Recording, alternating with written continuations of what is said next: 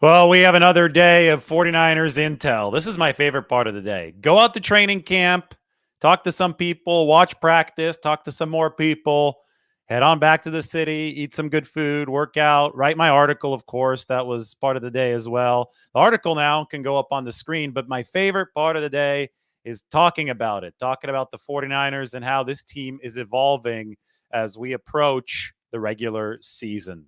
I think less than 3 weeks until kickoff. Yeah, 3 weeks was yesterday. Today's Monday, August 21st. We're exactly a month away from fall. We're going to see summer turn into fall on September 21st, and the 49ers and the Pittsburgh Steelers are going to kick off on September 10th. So, all exciting stuff. I am going to share this with you right now.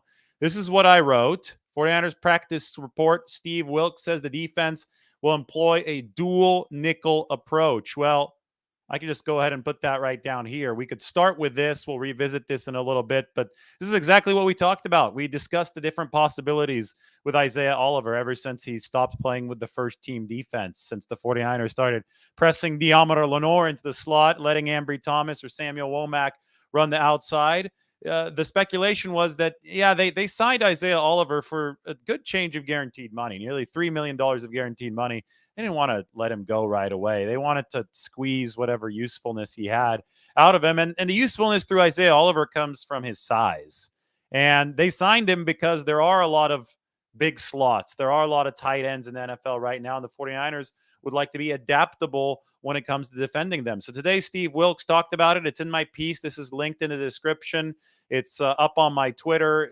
Check out Steve Wilks' words. They're very interesting to me because he flat out said that he doesn't want to put Diomeder Lenore on tight ends or big slots. He wants to put the bigger body Isaiah Oliver on the big slots and especially the tight ends. The tight ends specifically, as he said today. So the 49ers have the ability to mix and match. And I think that that's what they can do with Isaiah Oliver and probably Diomeder Lenore as well, because Diomeder Lenore is taking all those snaps at nickelback right now for the 49ers. That's all great, but if somebody that's 4 inches taller than Diomeder Lenore lines up across from him, maybe a good 30 or 40 pounds heavier, the 49ers might not have the matchup that they want. And, most NFL teams, because I think offense does have an advantage over the defense, especially with the current rules when it comes to the receiving and coverage grade. Most NFL teams are at a big disadvantage if their pass rush doesn't hit, if it's just mano-a-mano coverage, especially with the proliferation of tight ends these days. I mean, these guys are big, fast, and strong. They have all three of those qualities. It's tough for just a quick, smaller corner to deal with them. With that proliferation, and the 49ers might be at the forefront of it on the offensive side of the ball. The 49ers are the first team that would be able to tell you about the importance of having versatile pieces in the secondary to be able to cover some of those bigger and faster bodies. So when it gears more toward size, more toward run support, Steve Wilks specifically mentioned 12 personnel, which means a receiver or a back and two tight ends, then the 49ers may not want to break out of their nickel package. They may not want to bring a third linebacker onto the field because they'll want to maintain some sort of speed and coverage ability that their third linebacker doesn't bring. And that might be what Isaiah Oliver is. In fact, that's exactly what Steve Wilks said that Isaiah Oliver is going to be for the 49ers this year. So he's a bigger body. The smaller body in the nickel situations, the 49ers need to take on Cooper Kupp or Tyler Lockett, some of the best inside receivers in the NFL. That's probably going to be Diomeder Lenore. Now, what's still being determined is who's going to take over the outside when Lenore does kick inside. And I think the leader in the clubhouse for that job is Ambry Thomas. He was back with the first team today at practice. He was with the first team during the preseason game on Saturday. But Samuel Womack is going to give him a good push and is currently giving him a good push with those two pass breakups for the 49ers in second unit work against the Denver Broncos. So look out for Womack, look out for Ambry Thomas, look out for the 49ers' other options for that inside work. Deshaun Jameson is one of them. A.J. Parker is another one of them. At the end of the day, you're going to need a whole lot more than just the starters at a random practice and training camp because the season is a marathon. And, especially with Steve Wilks, who looks like he wants to run exotic coverages, who looks like he wants to be in position to mix and match his personnel against varying offensive personnel, the 49ers are going to dig deep into their roster, into their bag of tricks. So this is not just about the 53 man.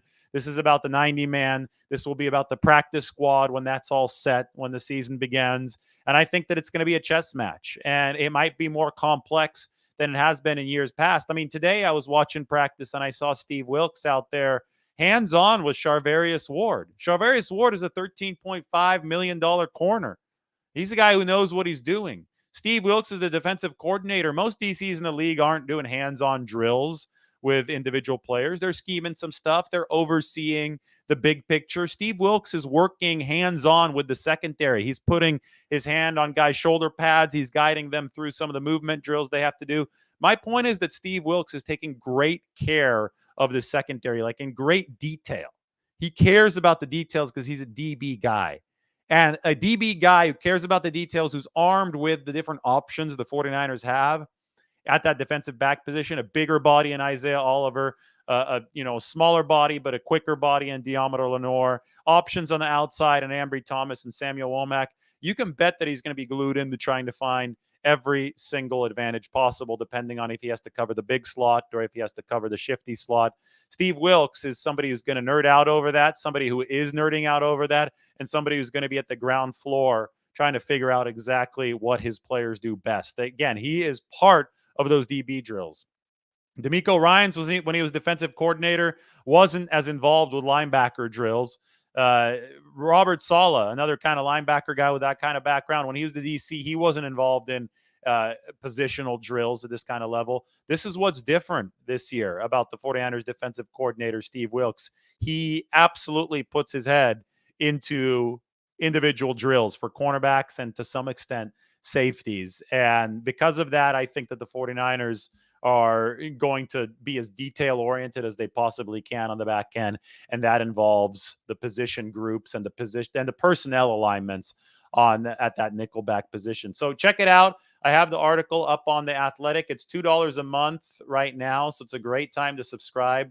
There it is. 49ers Steve Wilks says the defense will employ a dual nickel approach. Mike went ahead and put the link into the description. I'm going to go ahead and put the link into the chat, and we're going to talk. I wanted to let some of the crowd build up here on this Monday evening because there's some interesting stuff at practice today. And I think most notably, especially for the sake of the viewers, because you guys love this kind of stuff, Sam Darnold had the biggest offensive play of practice. He connected with Tay Martin on a deep pass. And speaking of the devil, I just mentioned Samuel Womack. Martin beat Samuel Womack, and Martin beat the safety, Taylor Hawkins, over the top. And Sam Darnold just floated. I mean, it was a 50, 55-yard pass. It was a true bomb over the defense, hit Tay Martin in stride, and he streaked off for a touchdown. This was just a few minutes after Tay Martin caught one in the seam from Brock Purdy. And it is all about the seams. And Purdy and Sam Darnold both attacked the seams with success today. But Martin had a big day, 4 catches, caught the seam ball from Purdy. Then he caught the deep ball from Sam Darnold. And then later on, Elijah Mitchell attacked the opposite seam about 20 to 25 yards downfield, and Sam Darnold found him in the seam. So Darnold was really stretching the 49ers defense today. And after the game on Saturday, you probably heard me talk about it. Darnold has an electric arm. There is no question. There's no debate that he's got an electric arm. There could be a lot of stuff said about Sam Darnold, a lot of stuff argued about Sam Darnold, but the capability of his arm is not one of them. I mean, he's the number 3 overall pick in 2018. There's a reason he was the number 3 overall pick. It's because he's got arm talent, because he can move. When you go, we got to pull up that Braxton Berrios play. I have it somewhere here. I'll do it on a show a little bit later on. But when he threw to Braxton Berrios across his body against the 49ers in 2020, I think that was a moment when a lot of us saw, oh boy, Sam Darnold. I mean, this guy's got a cannon. He's athletic. He could throw from crazy platforms. And we saw in the game on Saturday on the throw to Daz Newsome, on the slant into Chris Conley, we saw that live arm that Sam Darnold has. You don't get picked in the top 5 in the NFL draft if you don't have that talent. The challenge for the 49ers is to harness the arm talent, the movement ability, because Sam Darnold can run as well, with appropriate risk aversion.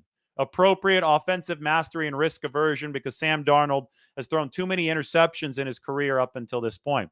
So far, so good. Guess what the lowest interception rate out of all 49ers quarterbacks in training camp is? It's Sam Darnold, and it's under 1%. He's only thrown one pick all of camp. Threw a pick that wasn't his fault on Saturday that bounced off of Ronnie Bell's hands. But Sam Darnold has a 0.9% interception rate here in camp, so he's taking care of the football the way he should be taking care of the football.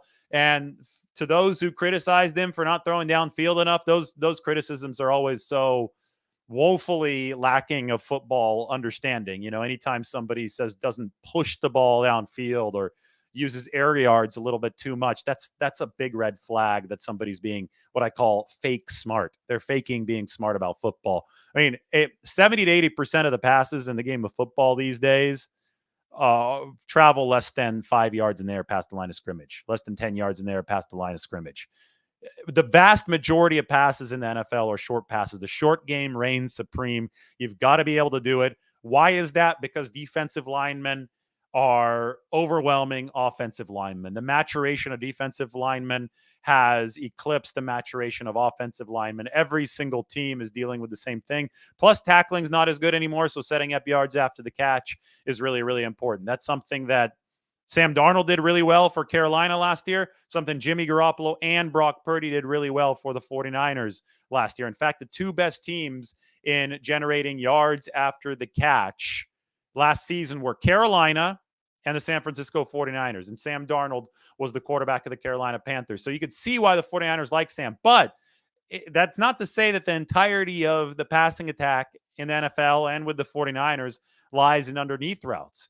You occasionally have to be able to stretch the field and take that shot downfield. And today, Sam Darnold did that. And I talk about the electric arm talent. Well, that could be displayed on the short game. It could be displayed especially in the intermediate game. That's when you can really show off some bullets that travel, 15 to 20 yards through the air. You try to throw those passes from hash to far sideline.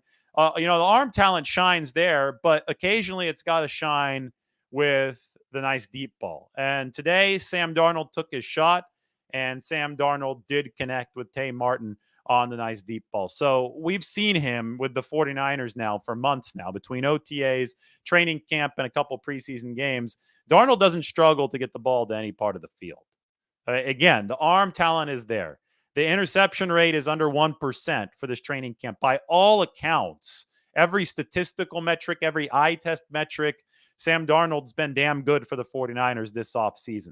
Nothing indicates that he's going to revert to pre-2022 Carolina level. I had Sam Darnold. I wish I could pop it open right now because I had his interception rates charted year by year. It was terrible in 2018 with the Jets, terrible in 2019, terrible in 2020 with the Jets, traded to Carolina. 2021 was a bad year again, too high of an interception rate. It was the 6 games in 2022 where Sam Darnold finally started taking care of the football at an above average rate in the NFL. And now he's avoided interceptions better than any other 49ers quarterback throughout training camp. He's avoided them in the game. I don't consider the interception on Saturday to be Darnold's fault. It was a perfect pass that clanged off of Ronnie Bell's hands. So you've got really good arm talent, and you also have documented ability so far here through August and through the 2022 season with Carolina to avoid interceptions at a high rate. I think that's a winning formula. I think that's something that the 49ers really like out of Sam Darnold. And today, I'll tell you, he went 6 of 8. First, he threw to Braden Willis, who actually, there was almost another tipped interception. This would have been Braden Willis's fault, but Willis was in the flat, short pass. Darnold throws to him, clangs off of Willis's hands, and Kiava Tazino should have intercepted it, but wasn't able to hang on to it. So that was a missed opportunity for the 49ers defense. Then Darnold hit Elijah Mitchell in the seam. A couple days ago, Sam didn't have a good day. I don't want to say it was a general trend, but a couple days ago at practice, Sam Darnold was missing into the seams at 49ers practice. There were a couple throws that he should have made that he didn't make. Today, he didn't miss. Today was Elijah Mitchell's first day back.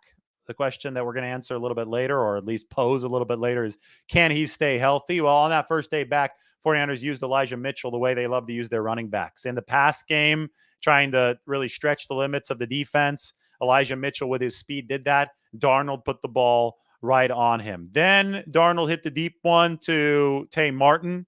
Then he hit Ronnie Bell. Then he hit Willie Snead.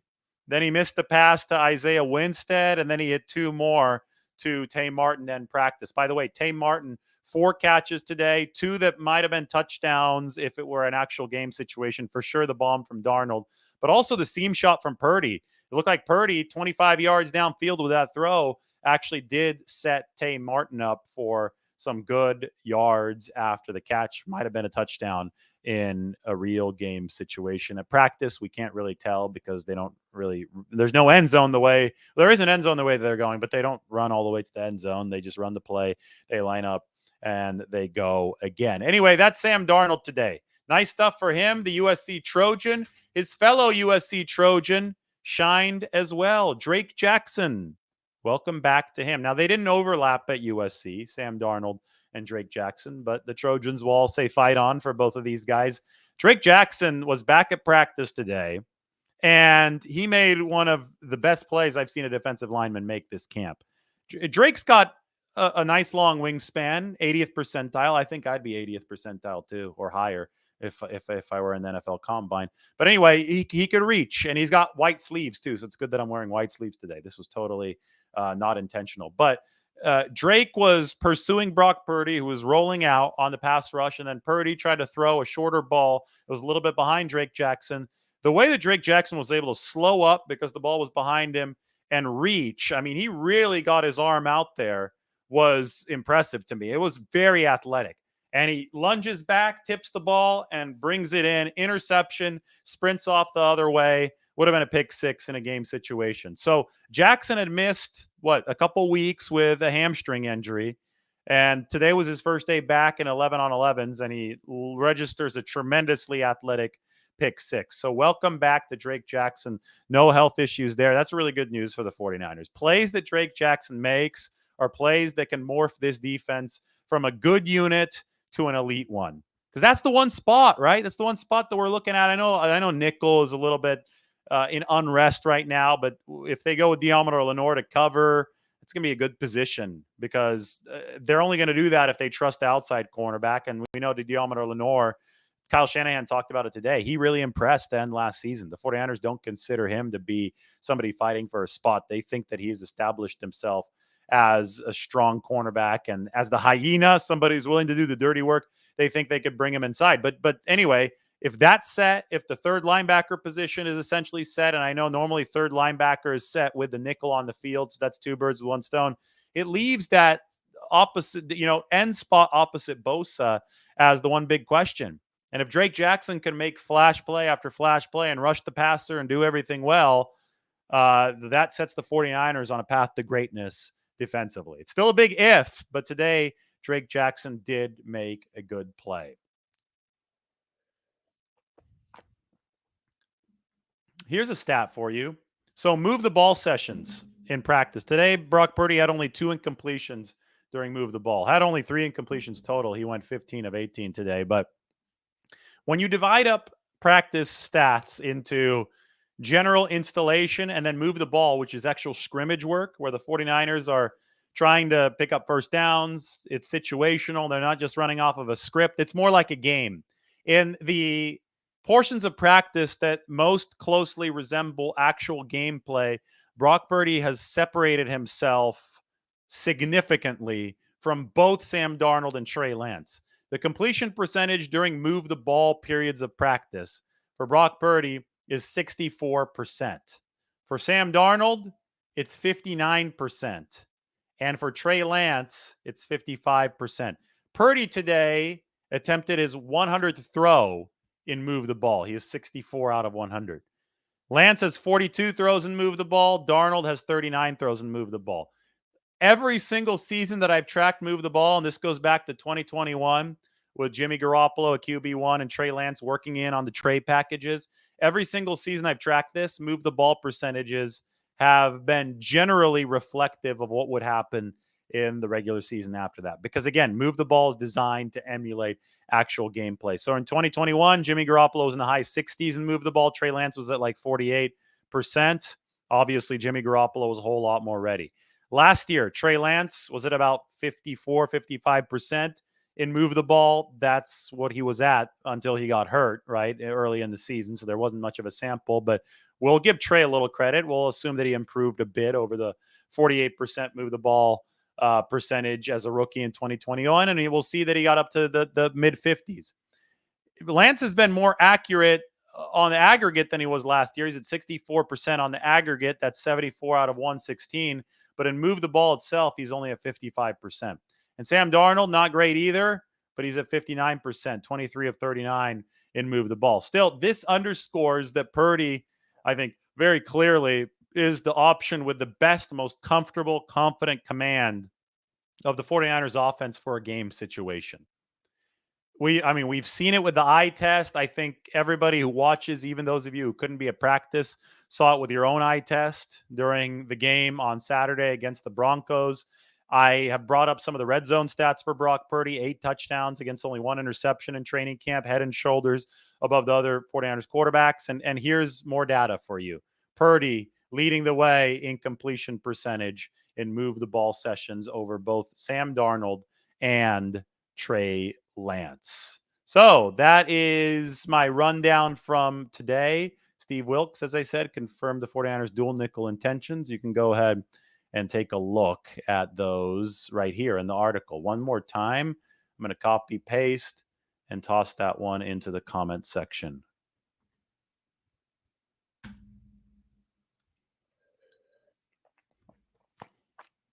The fun day out of practice. It actually rained a little bit today at practice. Didn't expect that at all, but I think it was probably the tip or the fringe of the hurricane/tropical storm that hit Mexico and Southern California. We had sun in the morning in San Francisco. I drove south to Santa Clara. I got more and more overcast, then it started raining. Then I came back to San Francisco and it was cloudy and a little bit windy/stormy, but not crazy. So I'm assuming we got the fringes of that weather system. It's supposed to be sunny up here, though, the rest of the week. If you want the schedule for the 49ers, they practice tomorrow, Tuesday. They practice Wednesday. Day off for a walkthrough on Thursday. And then on Friday, the 49ers are going to play the Chargers. It's going to be a late one. It's going to be a Friday nighter, 7 p.m. kickoff from Levi's Stadium. So I better get my sleep in before then because that's going to be a brutal 2-day stretch. You know how much coverage I try to do right after the games, especially the next day. I got to write an article. I got to do all the videos and all that. Well, I am going to be tired, I think, by the end of the day on Saturday. But that's okay because then it's 2 weeks without a game for the 49ers. They'll have 15 days in between games, and then they will play the Pittsburgh Steelers in week 1. We'll head to Pittsburgh. Okay, so I am moving now to the 49ers Q&A. Make sure you check out the article on Isaiah Oliver. It's up on the screen. Let's get that Andrew Luck jersey back in the background along with a 17 jersey, which I will not flip over until the 49ers win a Super Bowl. And if they win a Super Bowl, then you get to find out what the name on the back of the 17 is. Them's the rules. Rules are rules. To answer your question, Robo, yes, Oliver is tabbed to play a hybrid nickel linebacker role. It's going to be in there working against run game, big slot, tight end, that kind of stuff. That's what Steve Wilks said today. Who would be the perfect actor for a Kyle Shanahan movie? Drop your thoughts into the comment section because I don't know the answer right now. So those of you who have a good answer for this, maybe I could feature you up on the screen. Can they trade Moody for Messi? Well, Messi's already in the U.S., so he's good to go. Cleared to work, right? He's cleared to play for Miami, so probably cleared for the 49ers as well if he needed it to. Luter info. Luter is still on PUP, and I've said this before. I see him standing on the sideline. He's got a sleeve on his leg. He's got the bone bruise in his knee. That was the injury that put him on PUP. I don't think there's no benefit to activating Luter off of PUP until the regular season. Because if you keep him on PUP right now, you can carry him with you on the team, but not on the 53-man roster. So he's not taking up a spot at the cutdown. If you activate him from PUP, you're going to have to make a maneuver to fit him on the 53. So you can carry Luter. He could be in all the meeting rooms. He just can't practice. You can carry him on the team on PUP so he doesn't take a roster spot. Season starts, and then within 4 weeks, after 4 weeks, you can activate him. So that's the rule. I think the 49ers are going to try to play it as well as they can, given the fact that that's the rule. But you don't want a rookie DB taking up a roster spot just so you can get 2 weeks at the end of training camp. So I think I answered that on Luter. We have a lot of people still asking about him. Guys, you don't have to copy and paste your questions, especially while I'm answering a question about, like, I'm answering literally the question that you're asking about. Don't spam the chat. Here's a good question. Will the new QB3 rule require the 49ers to distinguish the QB depth chart? Or could they just say that we have 3 quarterbacks? That's something that I am going to have to check on, but I don't think that they will have to distinguish. They'll probably have to distinguish it, I'm guessing, on Sundays. They won't have to distinguish it at the cut down because all 3 quarterbacks, if you want to invoke the third quarterback rule, the all 3 quarterbacks do have to be on the 53 man.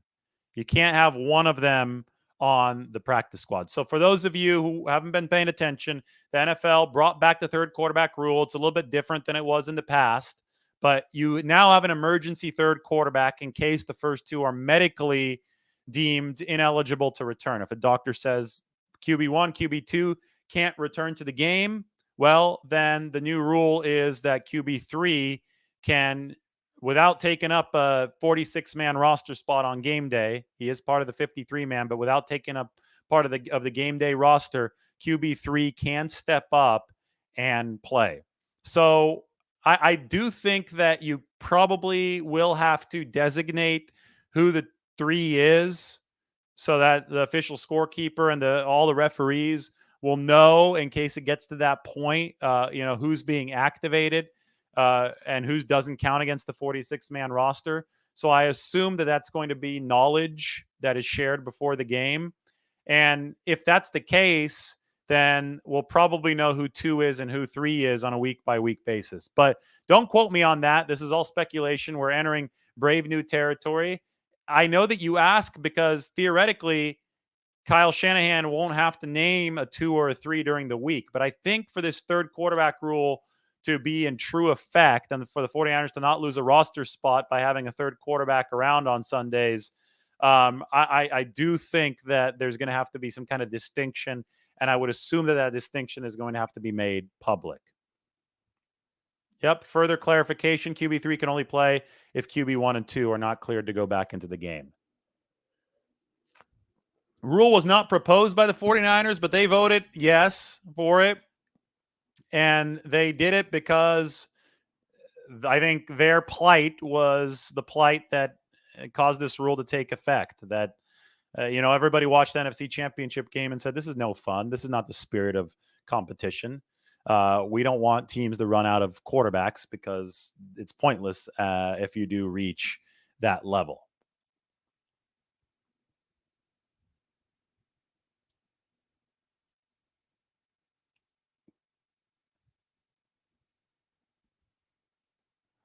Yes, QB3 will not be activated to the game day 48, but so you're saying he's going to be a list of inactives, right? I don't know if there's going to be the standard list of inactives this year, or if it's going to be divided into 2 sections where you have the standard list of inactives plus the quarterback who could come in as QB3, the emergency QB. I guess in any instance you would know who QB3 is because either he's going to be on a special new designation or he'll be on the list of inactives. So we will find out who QB2 or 3 is in that way. So hopefully that solves the problem. I kind of talked my way through it there. It's like solving a math problem by going step by step. We will know if it's Lance at QB2 or if it's Darnold at QB2 on a week-to-week basis, in all likelihood, based on those inactives. So we can go with that answer.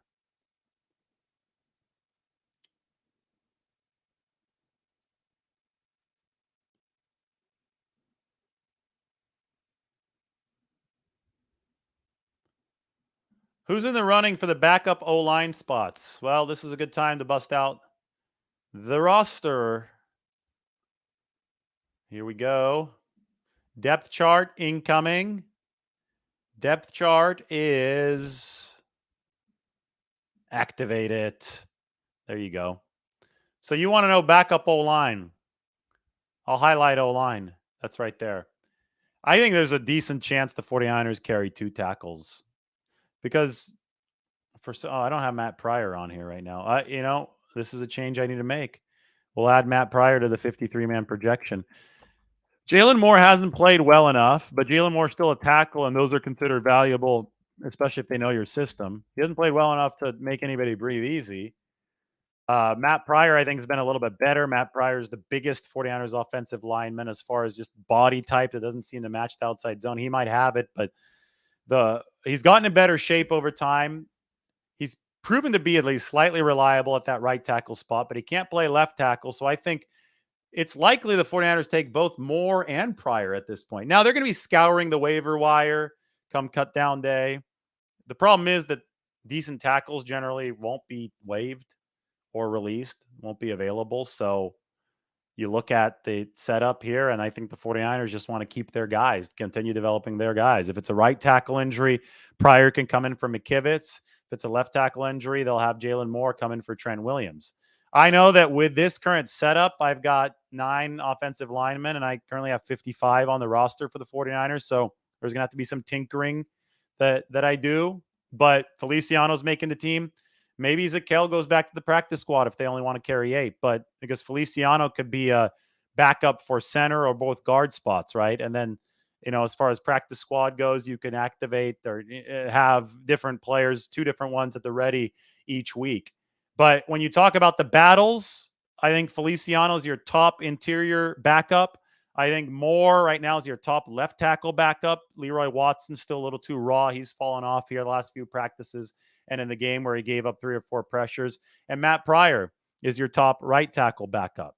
You've got guys like Keith Ishmael who are competing, I think, to just stay on the practice squad to be an emergency center. Poe is competing hard. And it might be Poe against Zakel. Let's put it that way. Because, you could take 9 offensive linemen. But if you do, you're going to have to choose between Poe and Zakel, assuming that both Moore and Pryor make the team.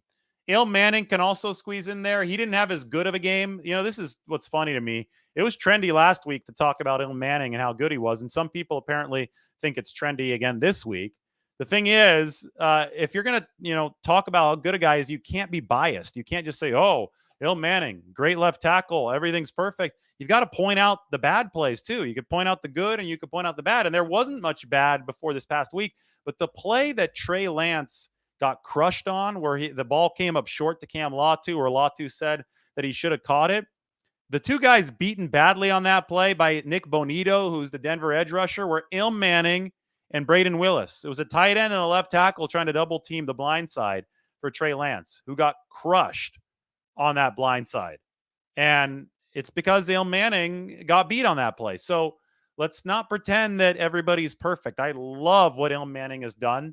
He's playing still at tackle instead of guard, and at 6'2", that's commendable because the 49ers have needed some tackle depth, but they have told us multiple times now that they view this guy more as a guard than a tackle, and perhaps we saw why when Nick Bonito was able to speed around him and Manning didn't really have the arm length to keep him at bay. So, it just bugs me that there's a lot of stuff out there to get clicks. Like, who is Il Manning? Well, I already told you who Il Manning was last week. Why do we have to see 5 more of these posts now, especially ones that don't acknowledge that he actually had a couple negative plays against the Broncos? And it just goes to show you that the NFL is tough, and you're looking to fit complementary pieces onto a 53-man roster. So I talk about it in nickel with Isaiah Oliver down here and Diamaro Lenore. Isaiah plays against some types of receivers and tight ends. Diamaro Lenore plays against the shifty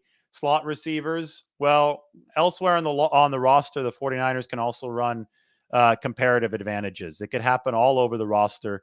And I think that's the smart way to play. That's the way to play a team that has different body types and, most importantly, has depth up and down the order. I think offensive line is a position where that depth is a little bit more questionable, but you've got I mean, you've got players that you're working on, right? You got players that you're developmentally trying to nurture into a position to succeed. And we'll see how well the 49ers are able to do with that. But the Zakel Poe combination, those two guys, I believe, are competing for one of the guard spots on this potential 53-man roster.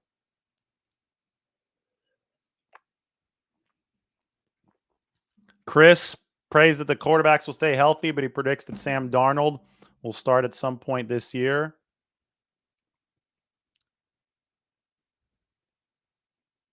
Bosa just chilling right now. I have no update on that front. Bosa's in his gym. Probably is. I don't think you're wrong. He's got the super secret gym that he and Joey Bosa work out at in Fort Lauderdale. I'm predicting the rep split for the quarterbacks is going to go. Purdy's going to start. Shanahan has confirmed that. In the past, they've done the dress rehearsal like a full half for the starter, but I don't think that they're going to go full half for Purdy and the ones. Maybe a quarter, because I do think that they're going to want to give at least a quarter apiece to Lance and Darnold to really flesh that out. Maybe it'll be a quarter each for all four quarterbacks. Get Brandon Allen on there. But we're starting to get close to cut down day, and we're going to have to start talking about whether or not the 49ers would be able to cut Brandon Allen and re-sign him to their practice squad. Because I guess that Cincinnati needs a quarterback again, and that's where Brandon Allen was in the past. He was their number 2. Bengals might be able to lure Brandon Allen over. 49ers might, because of that, carry 4. Don't shoot the messenger, but I know the 49ers don't want to lose any for these guys, any of these guys, right? And it's going to be hard to get Brandon Allen onto the practice squad, especially if his former team, who was happy with him, is there looking for a QB. Let's put it that way. I absolutely see more. Oops, I clicked on the wrong one. I absolutely see more 3 safety looks. In what situations? Well, in situations that would be tailor-made for Jair Brown's skill set. We know that guy, he could be good near the box. He's probably going to be a good blitzer. He's got good pursuit angles. So if the 49ers are facing a team that's running a lot of outside zone, that's trying to stretch the perimeter, I think they're going to want Jair Brown to crack down on those types of runs. And, his pass coverage and his instincts in the zone, those are things that he's going to have to develop at this NFL level. But he was the only player in college football who was eligible for the 2023 draft who had 10 interceptions over the past 2 seasons. So you can't tell me that Jair Brown's going to be worthless against the pass. History suggests that he's going to have some instincts that can take his game and performance to succeed at the NFL level. At corner, Womack at corner, yeah. I mean, he's getting reps right now. He's battling with Ambry Thomas for an outside cornerback job. So it's Charvarius Ward, Ambry Thomas, and Diamondo Lenore. Are those your top 3, or is it going to be Charvarius Ward, Samuel Womack, and Diamondo Lenore? And that's before you consider injuries. If injuries happen, that can throw a wrench into some stuff. And if somebody ahead of Samuel Womack gets hurt, they're going to need that cornerback depth. Teams cannot only be top heavy. Teams have to have depth.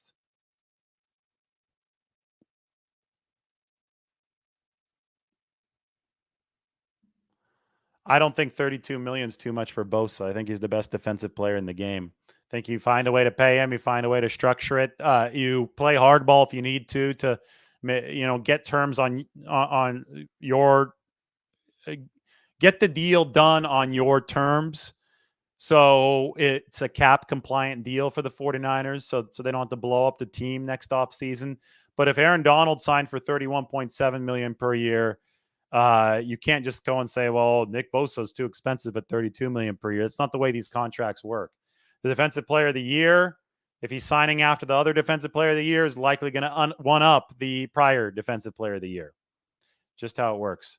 Nothing to write home about for Latu today. He was not targeted. I'm going to double check, but I don't see 81 in my notes. So I would have remembered. I mean, you looked a lot better in the game on Saturday. Yeah, they didn't throw to Latu. Willis today had a drop. Willis had a drop, clanged off his hands, and then it clanged off of Kiava Tizino, the linebacker, so it was incomplete from Sam Darnold. I mean, you want me to I skipped over a lot of guys. You guys are asking me who's going to make the 53-man roster. So I'm getting accused of skipping over Joey Fisher. Okay, here. Joey Fisher is not going to make the 53-man roster. He might be back on the practice squad. I think the 49ers have liked him. I think that he's a very raw prospect. They see a lot of upward mobility.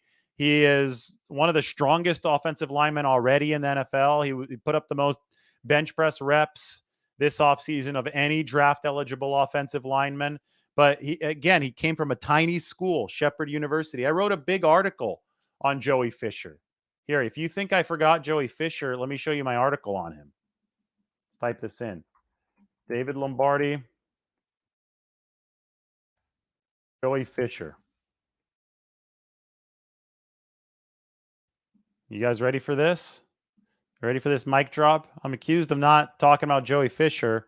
Well, it looks to me like I've done some Joey Fisher coverage in the not too distant past.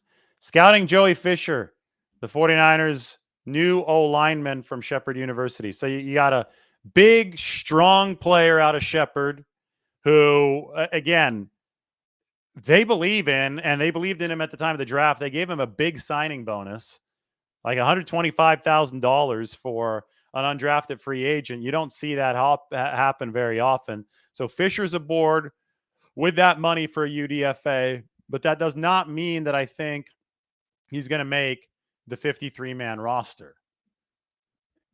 He can make the practice squad, though. He can stay in the building for the 49ers on the practice squad. And if you look at the O-line room, I have him in that vicinity making the practice squad right here. But I talked about Ishmael, Jason Poe, Leroy Watson, Il Manning, Corey Luciano. But the guys making the roster right now, I have these 9. And again, I'm not sure because it's a situation that's going to be fluid. Guys might still get hurt.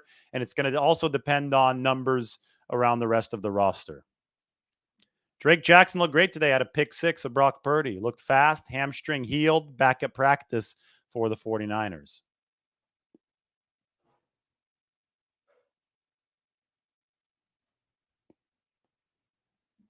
He does have short arms, Joey Fisher, but he could play guard. Il Manning doesn't have long arms either. So that's why you talk about him probably as a guard, but he's playing tackle for now.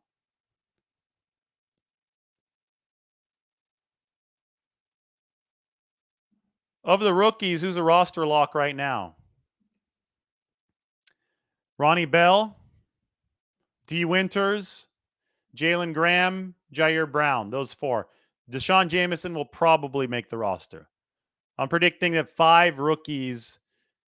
And, we're probably going to move Cam Latu into making the roster if he keeps on catching the football because he's so strong, right? I have him on the outside looking in right now. I need to shade him in the rookie color.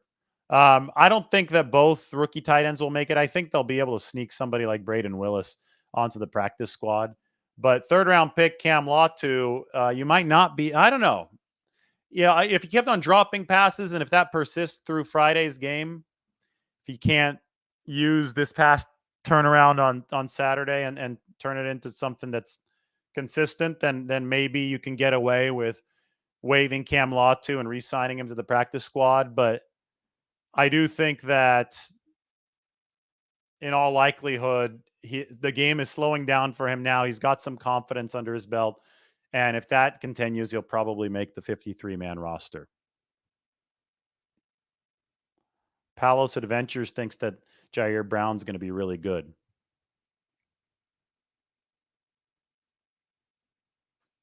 Golden Dragon thinks Latu is going to be a future right tackle. I think they're going to pull Leroy Watson. I think they're going to pull a Leroy Watson on Cam Latu and tell him to bulk up from tackle, from tight end to tackle. All right. It's a radical theme, but there you go. I don't subscribe to that, by the way, but Golden Dragon, if you were right, we'll come back and give you credit a year from now.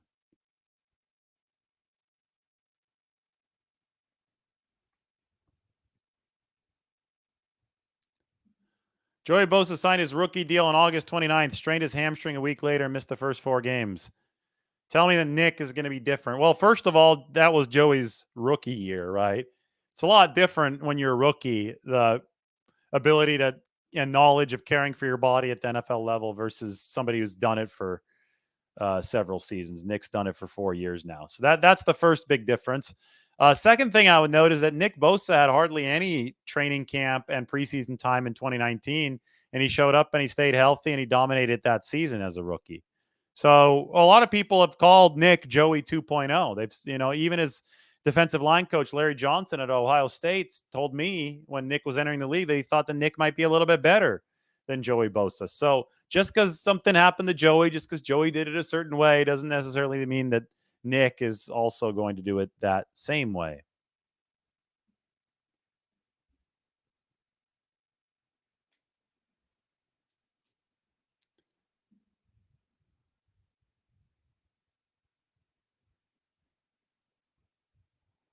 No, the starting quarterback for the last preseason game is going to be Brock Purdy, and he's not going to be QB2. They're probably going to play all four quarterbacks on Friday. So if you've got tickets, you're in for a show. I know Mike drove up from Visalia, bought some tickets, and got to see three quarterbacks the other day. Mike, you got your money's worth, didn't you?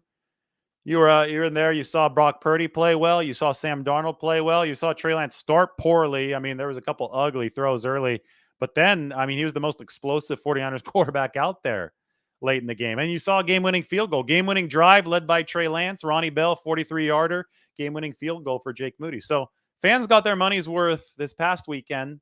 You can't always say that about the preseason. We'll see if they get their money's worth on Friday. $39, Mike says. That's not bad. He definitely got his money's worth. Said it was fun for a preseason game.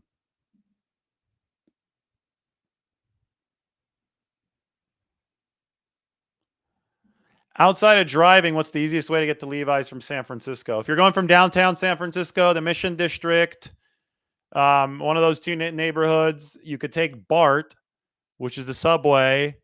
You could take it all the way down to Warm Springs, which is either a part of San Jose or a suburb of San Jose. It goes way down the East Bay. So you take BART across the Transbay Tube all the way down to Milpitas. You can get off at Milpitas, and then you could take the light rail. I believe it's the Orange Line to Great America Levi's Stadium. I actually do that sometimes, and I work on the way. It's great. I'll probably do it tomorrow and Wednesday.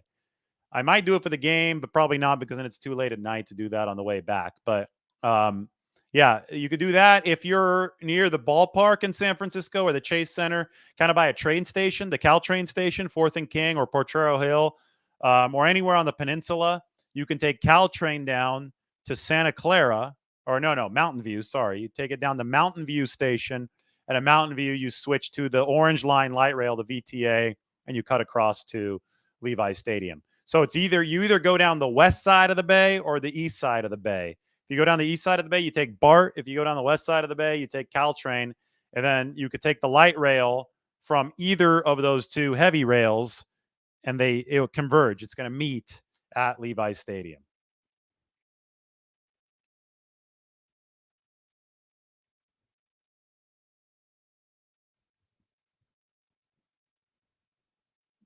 Is Trey Lance better than Brandon Allen, or are they just saving face? I think Brandon Allen is a higher floor quarterback than Trey Lance right now. Absolutely. I mean, if you just want a steady number two, then you'd go with Brandon Allen. The thing is that it's Sam Darnold and Trey Lance competing for number two, which is why Darnold is favored over Lance to be QB2. I think any prognosticator, people who know the game are favoring Trey Lance, and they're Sam Darnold, and they're wondering if Lance's floor will raise enough because he's improving every single time he drops back. But assuming it's Purdy 1, Darnold 2, and then you're looking for who's going to be 3 on the roster, the qualifications for 3, the standard for 3 is going to be a lot different than the standard for 2. 2 is a floor guy. 3 is going to be another ceiling player. 3 is going to be a quarterback who you could be working with developmentally. You know, a conversation I had with somebody today was, how do the 49ers run the scout team this year? Maybe they have quarterback 2 for games be Sam Darnold, but the scout team quarterback every day at practice can be Trey Lance, so he can get those reps in, right? So QB3, you don't want to just have 2 high floor backups at 2 and 3. I think you're wasting your time, especially if you have multiple Clay with upside and Trey Lance on the roster. So it's a much more complicated question than, is Trey better than Brandon? Is Brandon better than Trey? you're weighing different variables. You're weighing upside, you're weighing what a player needs developmentally, and you're looking at, okay, where do I want ceiling? Where do I want floor? How do I prioritize those two? Quarterback one, you want the best of both worlds, but you definitely need a high floor, right? Quarterback two, you're emphasizing floor more than ceiling. Quarterback three, you have leeway to emphasize ceiling more than floor. And I mean, if you have quarterback four, then you just carry quarterback four. You're not thinking about stuff. One of the few teams that carry four quarterbacks in the last quarter century were the 2000 New England Patriots. Their fourth quarterback was Tom Brady. Who would run Kyle's offense better, Joe Montana or Steve Young? Well, Steve Young's best years came in a Shanahan offense. 1992 to 1994. 2 MVPs in 92 and 94. 3 NFC championships, appearances at least, and 1 Super Bowl title. That was Mike Shanahan. He was the coordinator, offensive coordinator of the 49ers from 92 94. I'm not saying that the offense was the same, but I mean, it was a Shanahan offense. It's evolved since then. And that Shanahan offense, I think that the success of Steve Young, a dual threat quarterback for Mike Shanahan from 92 to 94, and the success of John Elway, a dual threat quarterback for the Denver Broncos, and Mike Shanahan after that from 95 to 99, those successes definitely influenced the 49ers pick of Trey Lance. That's nothing to say about whether or not Trey Lance is going to work out or how it's gone so far. But the 49ers didn't want Mac Jones. They wanted a dual threat. They wanted to swing for the fences because of the knowledge that of what having a quarterback that can contribute on the ground with his legs and with his arm through a pocket style system, to the ability to have both. The 49ers had knowledge that the ability to have both could pay off for them. I think that knowledge encouraged them to take the big swing for Trey Lance. That's how I read it. That's why I predicted they would draft Trey, even when a lot of people were talking about the other guy known as Mac Jones. So anyway, Steve Young has succeeded in a Shanahan system in the past. Who's going to week 1 in Pittsburgh? We're past 50 minutes, by the way, past 49 minutes.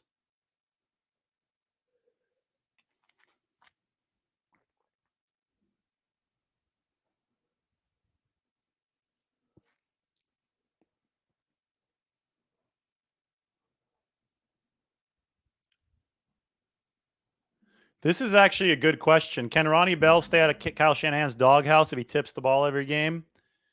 No. If he tips the ball every game, he'll be in the doghouse no matter what he does. The calculus that the 49ers have running in their head right now is that Ronnie Bell is really good after the catch. He's a total dog out there with the ball in his hands. And they're saying, we don't think he's going to be doing that every game. We think he'll figure it out. Drops are not an issue for Ronnie Bell in college. So, yes, he's got 2 in 2 games, and they've turned into interceptions both times. But the 49ers are betting that that does not continue happening. If he does it every game, he's in trouble. But anybody with any coach would be in trouble if they're a receiver and they were dropping passes that turned into interceptions every game. What Moody news do you want? You saw him kick the other day. It wasn't great, but it was better than the first week. If he keeps on getting better, then the 49ers will be good at kicker. If he doesn't, they have got insurance for now with Zane Gonzalez. I don't have any other updates for you there. You're going to be walking the streets of Pittsburgh looking for me. Well, I'm not getting there till late Saturday night, but I'm going to stay for most of Monday. I'm going to be working out of Pittsburgh during the day. It's going to be fun doing my post-game coverage from Pittsburgh. Is it Lombardi's Deli in Petaluma? I know there's Lombardi Wines. Here, hold on 1 second. I'm going to shout out to Tony and Christine Lombardi, who gave me the hat that you probably see very often on the channel. Hopefully it's in focus. There we go. That's the Lombardi Wines hat. They're based out of Petaluma. Tony and Christine Lombardi. They have a great winery. He travels around the country. I don't think you could go in for like walk-in tastings, but you can order their wine. Just type in Lombardi Wines up in Petaluma. But yeah, I love this hat. They gave this one to me, and since it says Lombardi on it, I can wear it when I do videos, and it's pretty recognizable out in the street. So it's a cool one. We're gonna wear this hat for the rest of the show.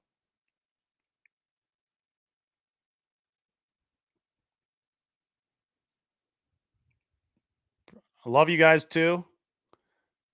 I see the comments saying we love you, David. That's great. Thank you. Best 3 games to go to this season. Well, the opener in Pittsburgh will be fun. It's unusual. You guys know I'm all on the Cleveland bandwagon. I'm really ready to go to Cleveland. And I heard Minnesota's got a nice stadium too. So why don't we say those 3? All will be fun. You know, Matt Barrows is a bigger Florida guy than me. He says that Jacksonville's fun. At the end of the day, you're going to an NFL game on the road. It's pretty fun, right? I think they're all good. It's hard to complain. Unless you're my wife, and this was when she was still my girlfriend. This was before she was my fiance. Um, Before she was my fiance, she was my girlfriend, and we're hanging out in Milwaukee. And I'm like, hey, do you want to go to the Niners Packers game, divisional round? I can find you a ticket. And she's like, looks at the temperature because we had tried to go out to dinner in Milwaukee and it's like -5 degrees. And she's like, well, it's warming up from -5 to -2 tomorrow. So I think I'll pass unless you can put me in a suite. And I said, I don't know. My name probably goes somewhere in Green Bay. They like the fact that I'm named Lombardi out there, but I don't know if that's going to get you into a suite because you're not a Lombardi yet. That's what I told her, and she said, "Okay, I'm not going to go to Green Bay." I'm very, very happy that she didn't end up going because she probably would have frozen at that game. It was so cold in the playoffs at Green Bay. That was the snow globe game. Anyway, it's fun to go to any NFL game anywhere, especially if the 49ers are playing with a loaded roster. But for some people, beware of the cold and don't go to Lambeau Field when it's -5 degrees.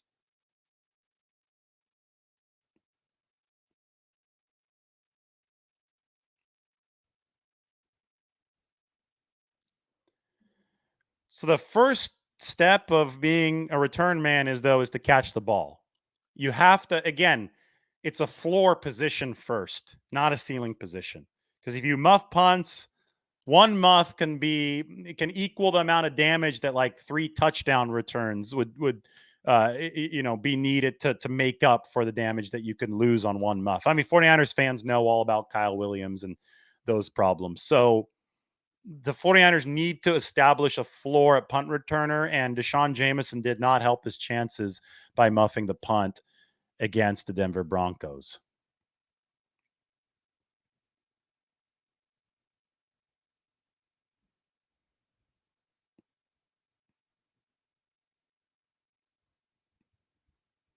All right, guys, any questions? I'm here for good questions. I even put on my hat. Seems like the chat's going crazy today.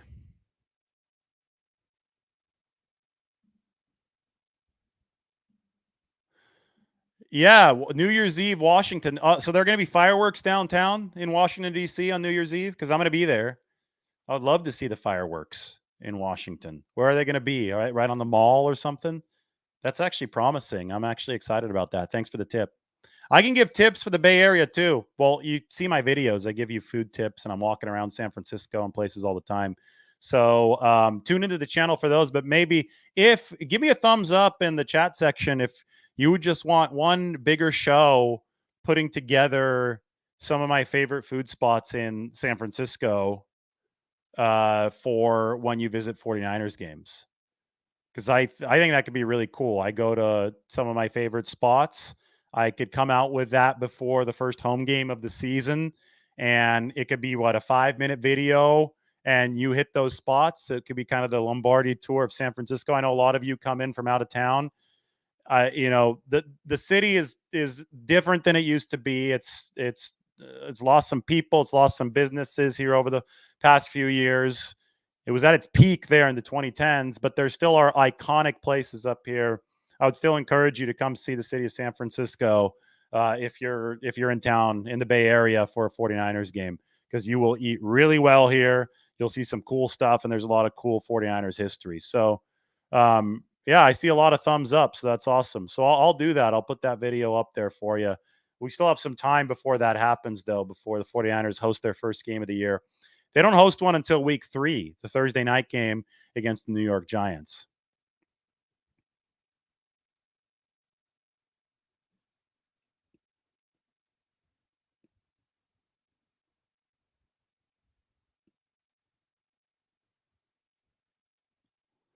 Yeah, the Fleet Week game against Dallas is going to be epic. And October, by the way, is the best time of the year to visit San Francisco because you've got the water in the Pacific Ocean is coming down from Alaska, so it's really cold. In the summer, you can get that really cold water hitting the really hot air coming from the Central Valley, and that creates fog. That's why everybody always gets cold in San Francisco in August. But by October, the water that comes down from Alaska has had a chance to warm up over the course of all summer. So you don't have the frigid ocean air. So it's summer in San Francisco in October. So that's when Fleet Week happens. It's a celebration of the city's naval history, where you got the Blue Angels flying above the city. They used to do flyovers of Candlestick Park when the 49ers were playing. Well, everybody's got rooftop parties or boat parties during Fleet Week, glorious blue skies up on the bay, peppered with boats. It's awesome, right? In October, you get San Francisco at its best. And then this year you have the 49ers playing the Cowboys on Fleet Week, Sunday night football. So you can come to the city, you can do yourself a couple rooftop parties. You can do one on Saturday. Hell, you could even do one on Sunday. And then you can get in a car and you could head down to Santa Clara for 49ers Cowboys at 5:20 p.m. on NBC. And you don't care that it's on NBC because you can go to the game. So that's a fun weekend to go into the city. I'm going to have to make a video about that. I love talking about all this kind of stuff. I think sports and culture and life, they just mix. It's kind of boring if all you're doing is sitting and talking about football. People mix football with food, they mix football with drink, they mix football with family. It's a cultural thing. So one cool thing about San Francisco, and I know I did the Kezar Stadium video last year. I did the Candlestick Park video last year. I'm going to keep on doing that kind of stuff because it means a lot to people. The history there does.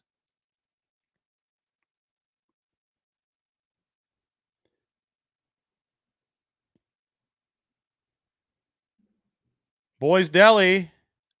Hell yeah. Love it.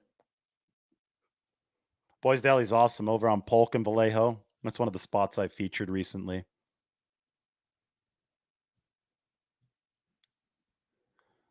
My favorite stadium to visit. I really like Allegiant in Vegas. That's a nice stadium. Um, SoFi's nice.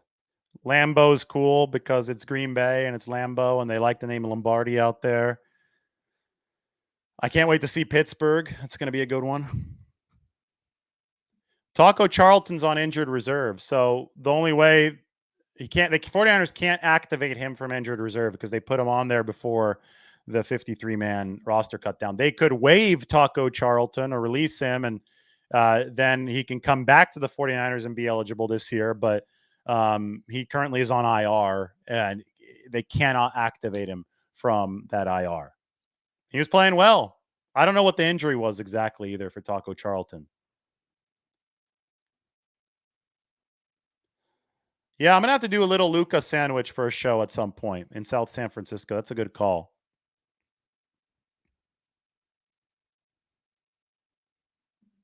Oh, I appreciate that. It's a really nice compliment. Thank you, sir. Yeah, the Minnesota Stadium. I haven't seen it yet. Looking forward to it though. Glad that Ernie likes the food stuff as well.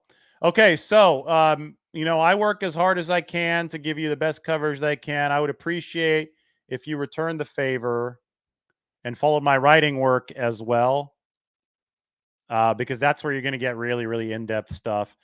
And just do it through this link. It's in the description right now. 49ers practice report. Steve Wilkes says defense will enjoy a dual nickel approach. Yeah, I mean, I just give you guys unfiltered 49ers content, no commercials, over and over and over again. So $2 a month, whatever. Check this out. And today I wrote the practice report, but other days I've got deep premium content. I'm going to post this onto the little banner right here, but it's in the description. Go ahead and check it out. Sign up. You want to be as plugged in as possible for this 49ers season. The Athletic is indeed top notch, if I might say so myself. All right, everybody, I hope you have a good night. It's past 9 p.m. Time to relax. We got practice coming tomorrow. There's the Lombardi hat. Not in focus, though. A little too close to that cinematic mode. All good. Everybody, take care. Thank you very much. Have a great Monday night. We'll catch you tomorrow.